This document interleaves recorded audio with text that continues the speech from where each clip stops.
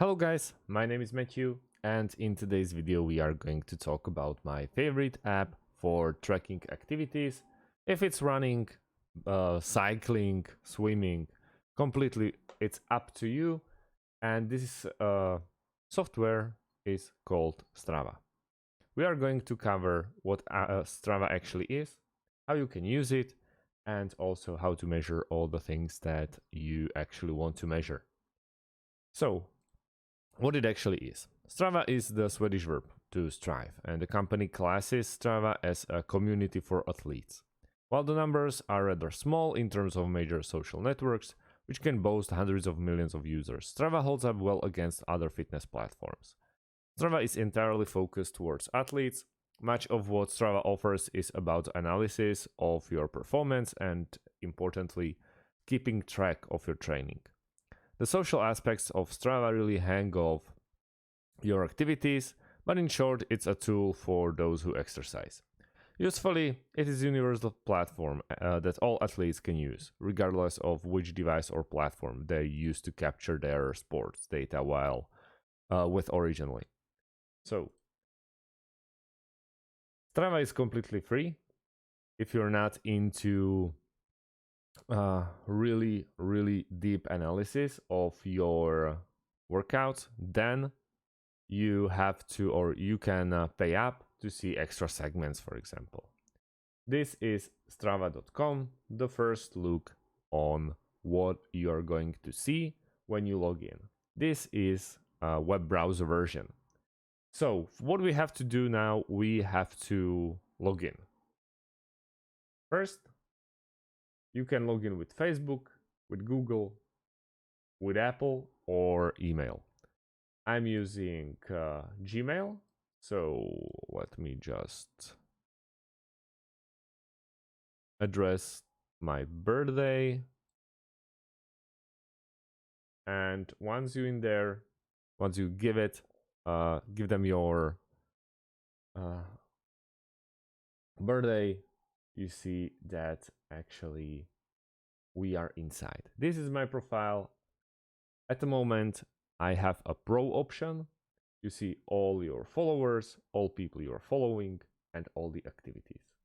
Once we click on activities and trainings, we see that actually those are our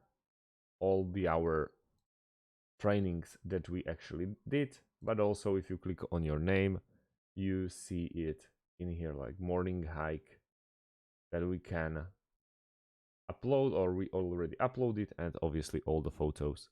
You see all activities last 4 weeks, and also the activities you did previously. You see hiking is at the moment the most frequent one, with swimming. And for example, this is the activity, the hike that I did a couple of days ago. You see the map, and if you want to edit the activity easily, you are going to click on the activity of the name. Like mainly it's called morning hike.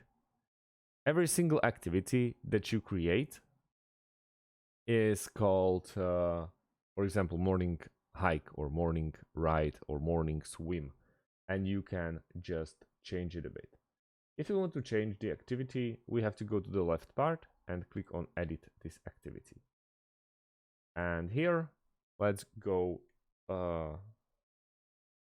and change the name from where we started. So it was,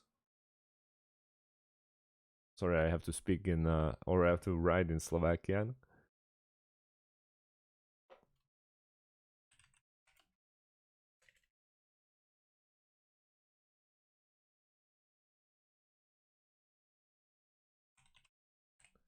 Like this, and then you can go with a description how it was, if it was a easy one or a hard one.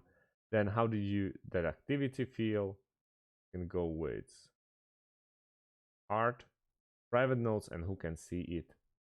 Then on the top right corner, it's save. Also, you can choose the map type that you want to use, and then hit that save button. this is it. Here you have all the splits, all the paces, and also the elevations. You see the start was pretty steep, which was about here. This was the Sedlo, which was the main point of our destination, and then it was just a descent up until Tatranskaya Vodina. And like this, easily you can change other as well. For example, then there's afternoon hike, and you can change it as well because you see it's without a name as well. But how to upload the activity? For all my activities, I'm using mostly Apple Watch, but you can use Garmin's, you can use anything you actually want. You don't even have to have watches. You can just start Strava on your phone, and obviously it won't measure your heart rate and probably the calories. But yeah, it will measure by GPS. It will measure everything that you actually need. Then you can easily upload the activity from the mobile phone. I already created this video and it's on this channel, how to measure and how to upload the activity. But if you want to do it manually, like you forgot your phone and you're already on the route, you can either share someone else's. If you were with a friend, you can also adapt his activity to your own, or upload activity, which is on top right corner. In here, first one is upload activity.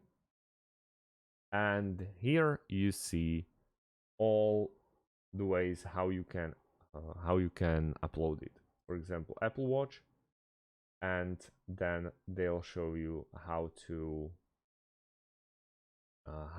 integrate it with each other. Then add manual entry, which you will have to enter every single parameter. Also, distance in kilometers, for example, 30 kilometers, duration, let's go for 8 hours, elevation, let's go with 700 meters. It was a hike, morning hike, how did it go, and the rest is the same.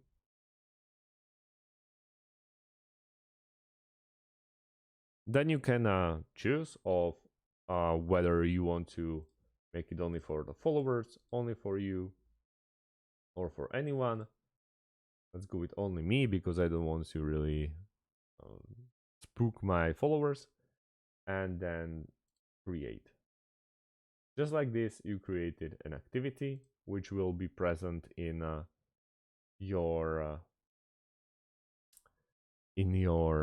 account or your profile, and then it's really only up to you. You see it's distance, elevation, and time, but you will miss all the other measurements like heart rate and many more. If you want to delete this activity, nothing is more easier. Everywhere there are those three dots. Refresh activity, achievements, flag, or delete, and we just hit the delete. Are you sure deleting an activity cannot be undone? We hit that OK button, and yeah, the activity is completely deleted.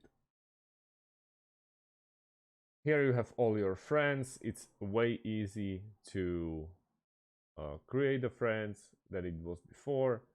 Then obviously you can create a route. This route is especially good for you if you want to plan something and then go according to plan. For this, though, you need the Strava premium option, where you have to just connect the dots. You have to connect the dots, and then let's go with a ride, for example, and let's start here. And let's say we want to go to Korytnica. And it should be in here. And it will automatically create a route for you, and you see everything: distance, elevation gain, elevation loss, and estimating movement time. Also, it can divide the surfaces: paved road, dirt, and not specified, and then you can just create more and more and more options for you of how you can just go there.